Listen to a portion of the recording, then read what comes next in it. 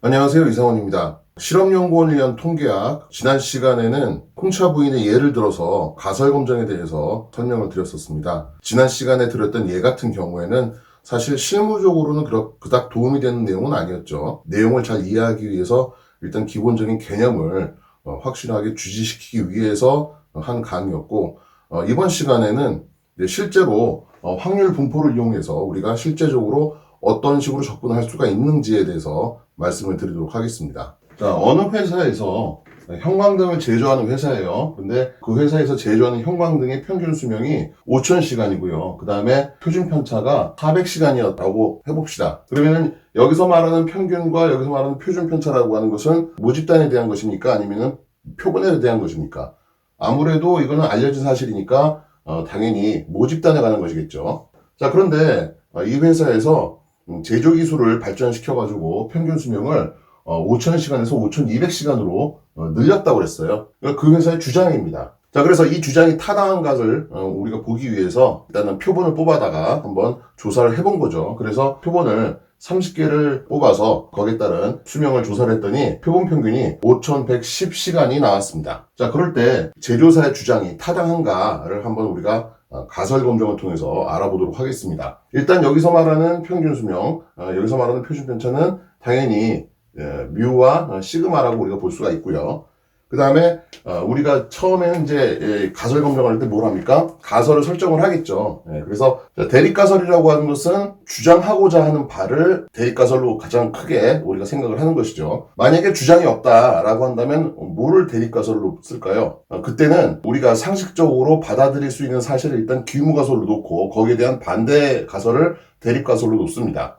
근데 여기는 이제 주장이 들어갔죠. 그래서 주장이 들어갔으니까 평균적인 수명이 5,200시간이다라고 하는 것이 바로 대립가설이 되는 것이고요. 기존의 평균 수명이 5,000시간이다라고 하는 것이 이제 귀무가설이 되는 것이죠. 그래서 귀무가설은 뮤는, 모평균은 뮤제로 이런 식으로 이렇게 볼 수가 있죠. 뮤제로는 어떤 특정한 값입니다. 그래서 여기서 말하는 뮤제로는 뭘 말하는 거예요? 바로 5,000시간이 되는 거죠. 5,000시간이다 라고 하는 것이 바로 귀무가설이고요. 대립가설은 아마도 이렇게 쓸 수 있을 겁니다. 전 형광등의 평균적인 수명은 뮤1, 여기서 말하는 뮤1은 아마도 5,200시간이다 이렇게 우리가 볼 수가 있을 겁니다. 자, 그런 식으로 우리가 대략으로나마 가설을 한번 세워봤어요. 우리가 지금 가지고 있는 데이터는 뭡니까? 표본을 뽑아서 우리가 계산한 표본 통계량밖에 없는 것이죠. 그러면 표본 통계량으로부터 좀 어떤 가설이 맞는지를 우리가 이제 결정을 해야 되는데, 자, 어떤 식으로 한번 생각을 하는 게 좋을까요? 일단은 한번 상식적으로 생각을 해봅시다.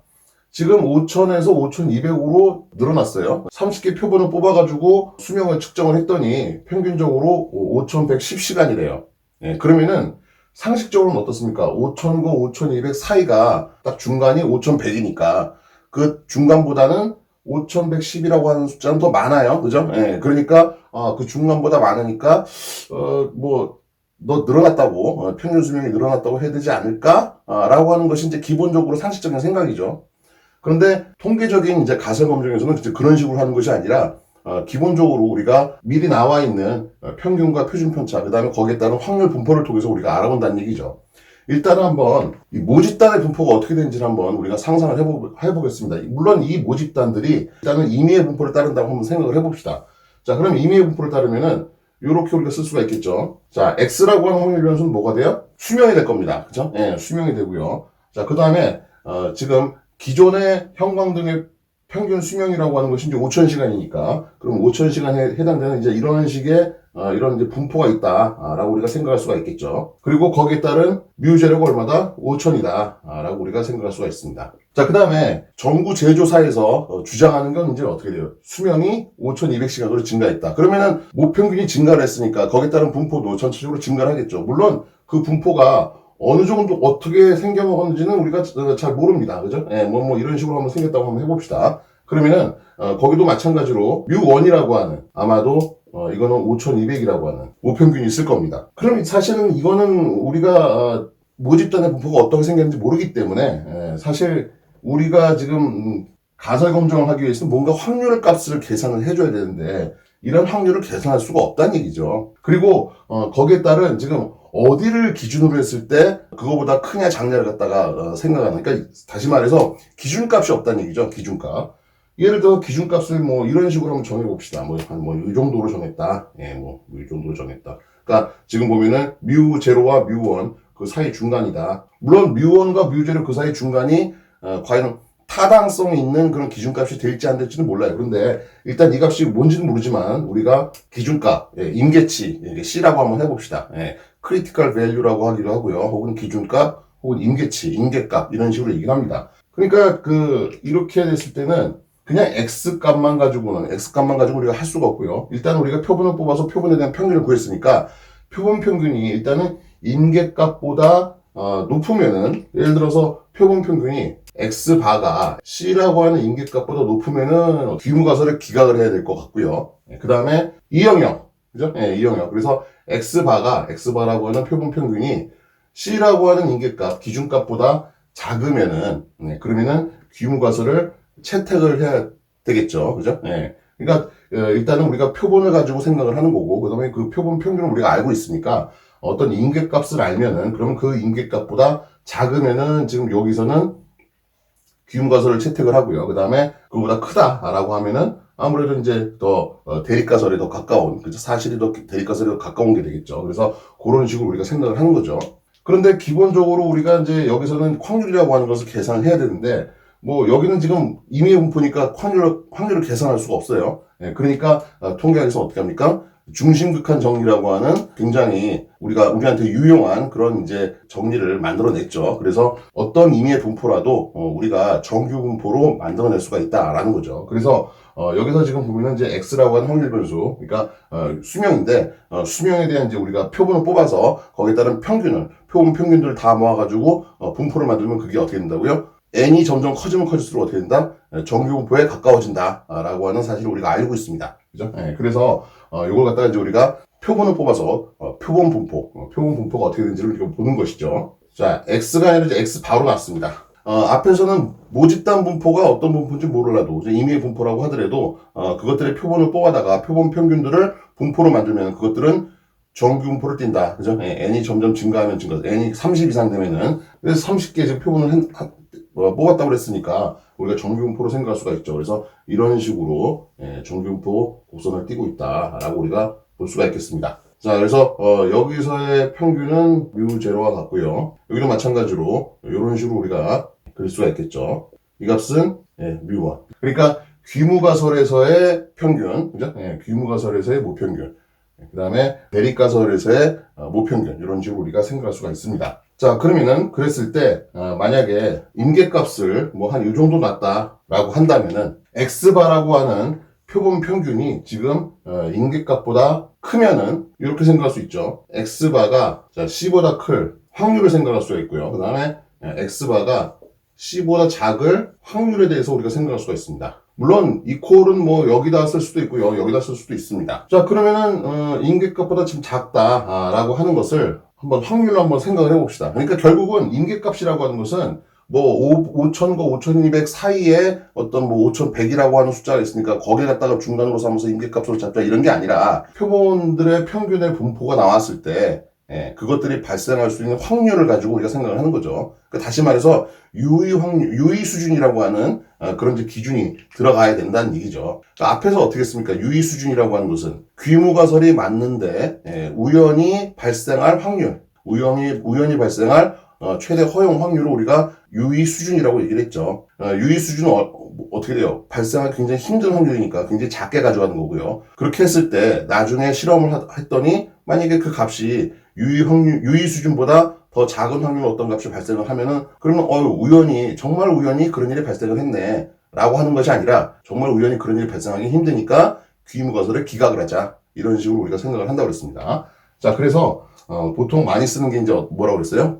유의 수준이 0.1, 0.05, 0.01 이렇게 쓴다고 그랬죠. 표본 평균이 지금 요 임계값보다 크게, 그죠? 크게 나올 확률이, 그러니까 지금 여기서는 귀무가설을 어떻게 해요? 일단 맞다고 가정을 하고 나서 이제 생각을 한다고 그랬어요. 그죠? 그러니까 귀무가설이 맞다고 그러면은 굉장히 적게 가야겠죠. 그러면 요만큼이 바로 뭐가 되는 거예요? 유의 수준이 되는 겁니다. 그죠? 이 값이 바로 알파가 되는 것이고요. 그죠?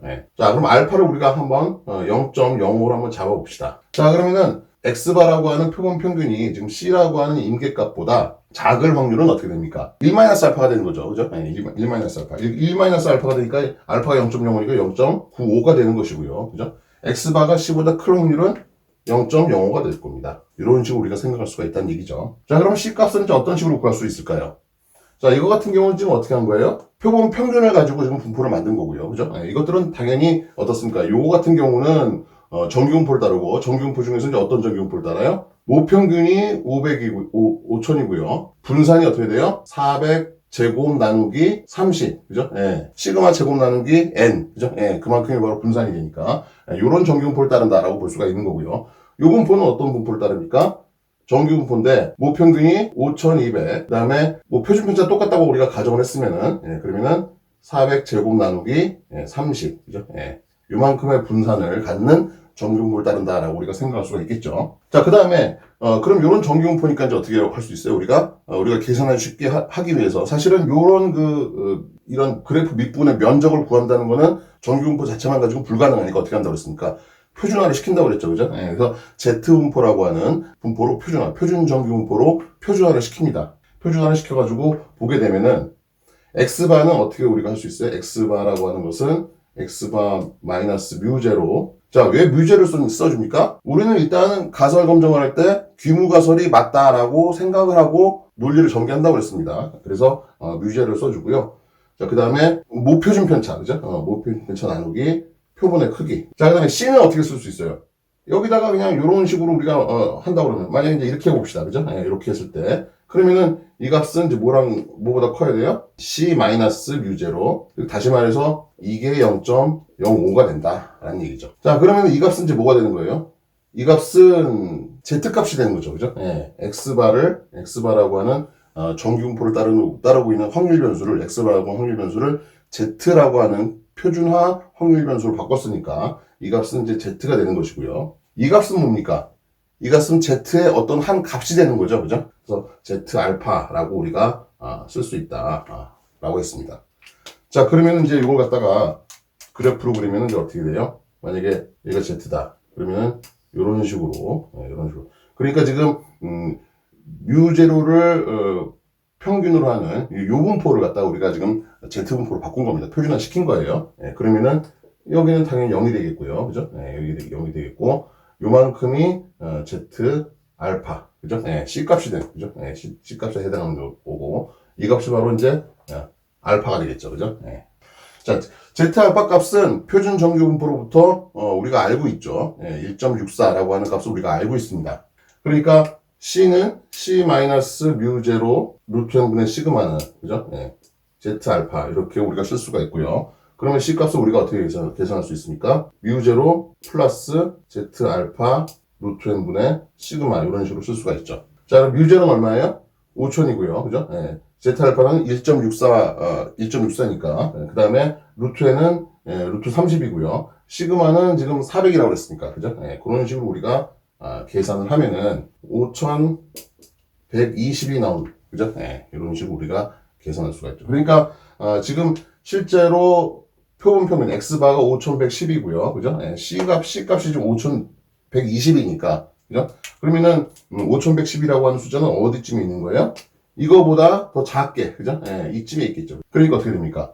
C보다 작으니까 우리는 귀무가설을 채택을 한다. 이렇게 우리가 결론을 낼 수가 있습니다.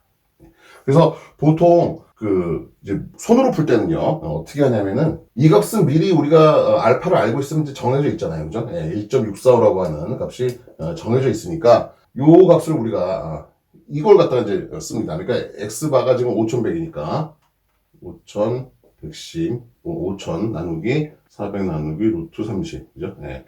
이런 식으로 해서 값을 계산을 합니다. 이 값을 계산을 하면은 이 값이 이제 Z값이 되는 거고요. Z값이 Z알파보다 크냐, 작냐를 갖다 우리가 생각을 해서 결론을 내리는 것이죠. 이 값이 얼마가 나오냐면요. 1.51이 나오는 거죠. 그러면은 이 값은 1.51이 되는 거고요. 이 값은 표준 정규 분포 표로부터 알파가 0.05일 때 Z알파는 1.645죠. 그래서 지금 보면 이제 Z값을 우리가 중심 측량으로 해서 이제 구하고요. 그 다음에 이게 이제 1.51이 1.645보다 작으니까, 그죠? 네, 작으니까, 우리가 지금 보면은 P 값이 알파보다 지금 더 크다라고 볼 수가 있는 거죠. 왜냐하면은 요게 1.64죠. 이게 1.64고 요거보다 약간 크게, 그죠? 요게 1.51이 이렇게 나왔으니까, 그죠? 그러니까 이게 알파면은 요 면적은 이제 우리가 P라고 우리가 볼 수가 있는 거죠, 그죠? 여기도 마찬가지로 이렇게 우리 이런 식으로 이제 그었을 때 요 면적이 바로 P 값이다라고 우리가 볼 수가 있는 거고요. 자, 그럼 P값은 우리가 직접적으로 구할 수 있는 건 아니고요. 엑셀 함수를 이용하거나 혹은 통계 패키지에서 구해줍니다. 그래서 통계 패키지에서 구하는 값을 보면은 이게 0.066 이렇게 나옵니다. 그죠? 그러니까 P가 지금 보면 알파보다 큰 거죠, 그죠? 그래서 요 결과로부터 우리가 유의하지 않다. 다시 말해서 규모가설을 채택을 한다라고 우리가 결론을 내릴 수가 있습니다. 처음에 우리가 세웠던 가설이 어떻게 돼 있었죠? 처음에 우리가 세웠던 가설은 귀무가설이 뮤가 뮤제로, 그죠? 이런 식으로 됐고, 대립가설이 뮤가 뮤1과 같다. 이제 이런 식으로 됐는데, 사실은 이제 이런 식의 그 가설을 세우는 게 별로 이제 불필요하다는 얘기죠. 왜냐하면은 우리는 지금 귀무가설을 일단 기정사실로 놓고 그것을 참이라고 생각을 하고 가설 검정을 하는 것이니까요. 그래서 이거 같은 경우는 이런 식으로 보통 안 하고요. 대립가설을 어떻게 놓습니까? 일단 여기서는 평균 수명이 증가했다고 보는 거니까 뮤라고 하는 것은 뮤제로보다 크다, 이런 식으로 이제 보통 대립가설을 잡습니다. 그래서 귀무가설이 지금 보면은 뮤는 뮤제로와 같다라고 했을 때 거기에 따른 대립가설이 뮤가 뮤제로보다 뭐 크거나 혹은 작거나 혹은 같지 않거나 이런 식으로 우리가 대립가설을 많이 놓는 것이죠. 일반적으로 지금 한 개의 표본에 대해서 우리가 가설을 검정을 한다라고 했을 때는 어떤 값과 그 다음에 그러니까 이걸 가지고 우리가 이제 뭐라고 그러냐면 가설 평균이라고 얘기를 합니다. 그죠? 가설 평균. 어떤 가설의 평균이냐? 규모 가설의 모평균. 그죠? 가설 평균이라고 얘기를 하고요. 그래서 모평균은 가설 평균과 같다라고 하는 것이 규모 가설이 되는 거고요. 그다음에 가설 평균보다 모평균이 크다 혹은 작다 혹은 같지 않다 이런 식으로 우리가 생각을 하는 것이 이제 대립가설이다라고 볼 수가 있는 것이죠. 그래서 더 크다라고 했을 때는 이제 어떻게 됩니까? 이런 식으로 이제 분포가 나타났으면 이제 큰 부분만 우리가 생각을 해서 여기를 갖다가 우리가 유의 수준으로 놓는 거니까 그래서 이런 경우는 이제 우측 검정이라고 얘기를 하고요. 그 다음에 작다 하는 경우는 이제 왼쪽 부분을 갖다 이렇게 놓고 여기를 갖다 유의 수준으로 놓는 거죠. 그래서 이렇게 하는 검정을 우리가 좌측 검정. 그 다음에 같지 않다라고 하는 건 어떻게 돼요? 같지 않다라고 하는 것은 그 값보다 평균보다 아주 크거나 아주 작거나 그죠? 그래서 양쪽을 갖다가 이런 식으로 유의 수준으로 놓고 보는 것이 바로 양측 검정이다라고 이해를 하시면 되겠습니다.